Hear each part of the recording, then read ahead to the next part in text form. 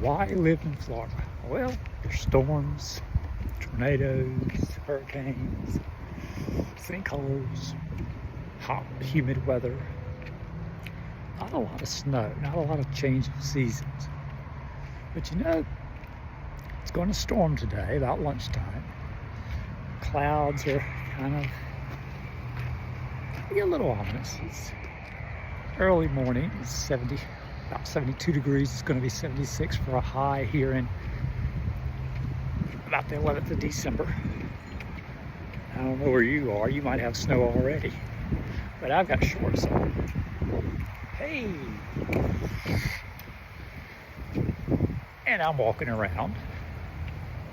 And 71, that's a good temperature for me to start cycling. Look at that beautiful clouds. Look at these palm trees. This is why you go to Florida. Now the trick is your budget. Where can you live? I mean, Miami's going to be the first place hit by global warming and, you know, sea rise. That's being near the coast. You know, the hurricanes, you see it on the news. But then you see, you know, I have people from North Carolina call me, say, hey, how did it go after the storm? I said, oh, we're fine. We're Spring Hill, we're fine. And we're thinking of moving to Ocala, which is more the middle of the state, a lot more humid. But you might actually get a little touch of frost one day. Maybe. Probably a few fewer sinkholes, hopefully. There's some there, of course. Of course, capital of the world. Yeah.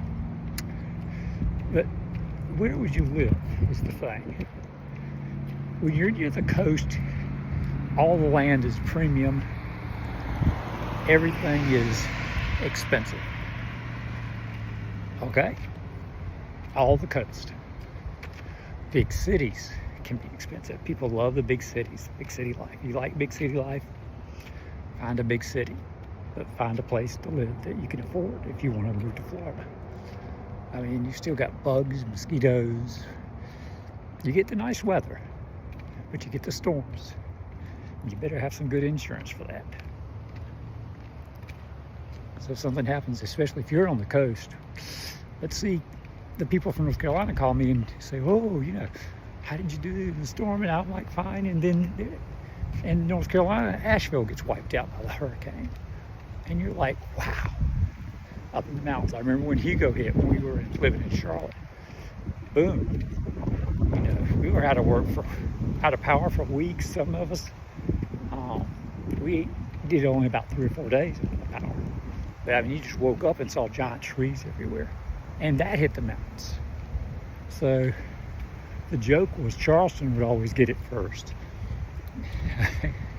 It was always getting wiped out by some storm or hurricane. I was like, poor Charleston, but they rebuild and everything's pretty. It's always pretty when you go visit Charleston.